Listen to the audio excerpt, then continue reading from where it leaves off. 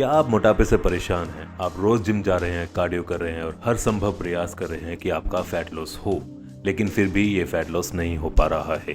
क्या आप ये बात जानते हैं कि हम इंडियंस एक स्किनी फैट का शिकार होते हैं, खासकर 30 से 40 की उम्र के बाद में? तो इस वीडियो में हम बात करेंगे इसी इंडियन स्किनी फैट के बारे में और इसको कैसे कंट्रोल किया जा सकता है। और इस वीडियो के एंड में मैं आपको बताऊंगा कि ऐसी ड्रिंक जो 2 से 3 हफ्ते के बीच में ही आपका फैट लॉस में हेल्प करना शुरू कर देगी। I am a personal trainer और मैंने दोनों ही तरह के क्लाइंट्स को ट्रेन किया है, चाहे वो वेस्टर्न क्लाइंट हो चाहे वो इंडियन क्लाइंट हो। So I am telling you this with my experience I have gained in past few years. तो चलिए शुरू करते हैं एक बहुत ही इंटरेस्टिंग बट सिंपल कंपैरिजन से। एक तरफ मैं रखूंगा वेस्टर्न क्लाइंट और दूसरी तरफ इंडियन क्लाइंट। दोनों के दोनों बिगिनर क्लाइंट हैं, दोनों के दोनों एक वर्कआउट प्लान फॉलो करेंगे और दोनों के दोनों एक डाइट प्लान फॉलो करेंगे। So, if I'm training them for the same goal, in this case for the fat loss, the results will be very similar.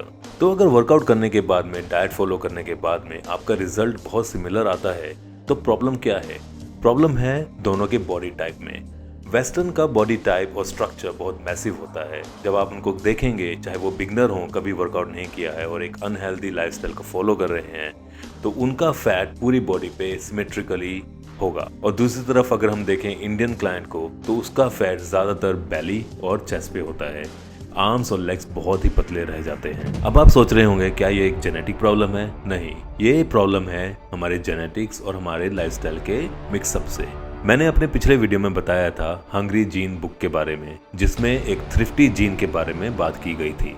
If you read that book, you will understand the problem is not in our willpower, which means you are doing your workout, you are trying to follow up a diet plan, लेकिन problem हमारे thrifty jeans में है। सदियों तक हमारे पूर्वजों ने अकाल झेले, इसलिए हमारी बॉडी ने एक सुपर पावर को डेवलप किया, हर एक कैलोरी को बेली फैट में कन्वर्ट करने के लिए।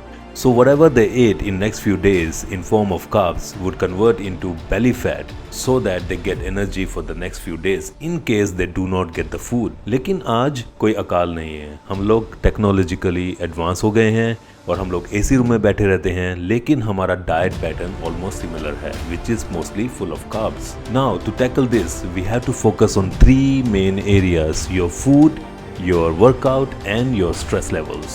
इससे पहले कि आप सोचें कि कार्ब्स आपके दुश्मन हैं, तो मैं आपको वहां पे थोड़ा सा रोकता हूँ, क्योंकि carbohydrates are not your enemies, you just have to manage them very very well. In India, about 70 to 80% of people are vegetarians. तो इसलिए हम लोग दाल के बारे में बात करेंगे, ये बहुत ज़रूरी है, क्योंकि वेजिटेरियन लोग सोचते हैं कि दाल is a best form of protein, which is good, but लेकिन उसमें असली कंटेंट क्या है इसको जानते हैं। हमारी एक कटोरी दाल में लगभग 7 ग्राम प्रोटीन होता है, लेकिन उसके साथ में 15 से 20 ग्राम कार्ब्स भी आते हैं।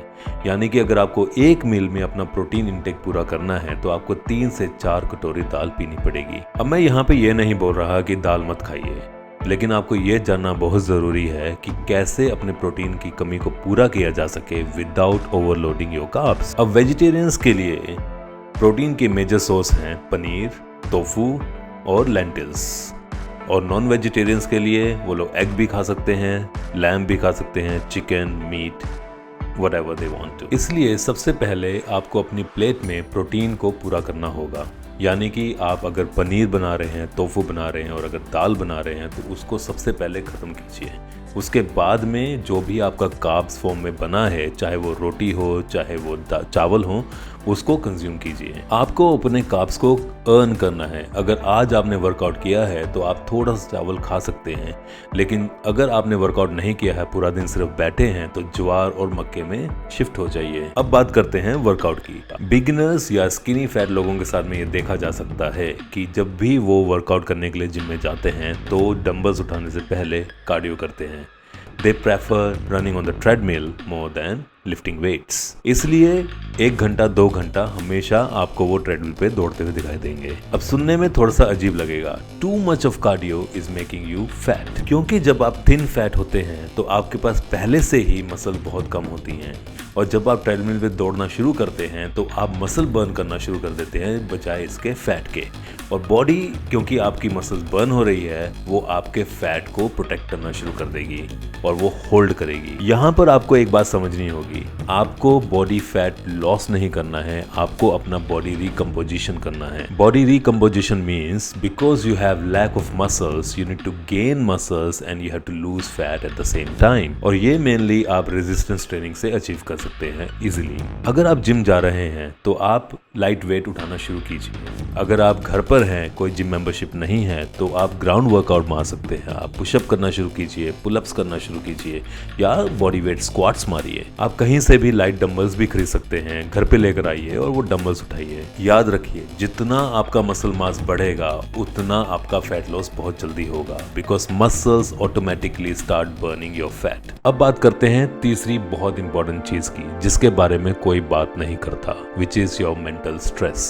इस चीज को समझना बहुत जरूरी है, क्योंकि इंडियन का वर्क कल्चर और फैमिली कमिटमेंट्स बहुत ज्यादा डिमांडिंग होते हैं। जब भी आप स्ट्रेस लेते हैं, आपकी बॉडी कोर्टिसोल प्रोड्यूस करना शुरू कर देती है, और इस कोर्टिसोल का काम यही है बाकी जगह से फैट उठाकर आपके पेट में जमा कर देना। तो इस चीज को समझिए, अगर आपको कोर्टिसोल लेवल को घटाना है तो आपकी नींद बहुत जरूरी है। अगर आपकी नींद पूरी नहीं है तो दुनिया की कोई भी डाइट आपकी हेल्प नहीं कर सकती। Always remember 7 to 8 hours of sleep is your best fat burner. अब जैसा कि मैंने वीडियो के स्टार्टिंग में प्रॉमिस किया था, आपका सीक्रेट ड्रिंक, तो आपको करना कुछ नहीं है।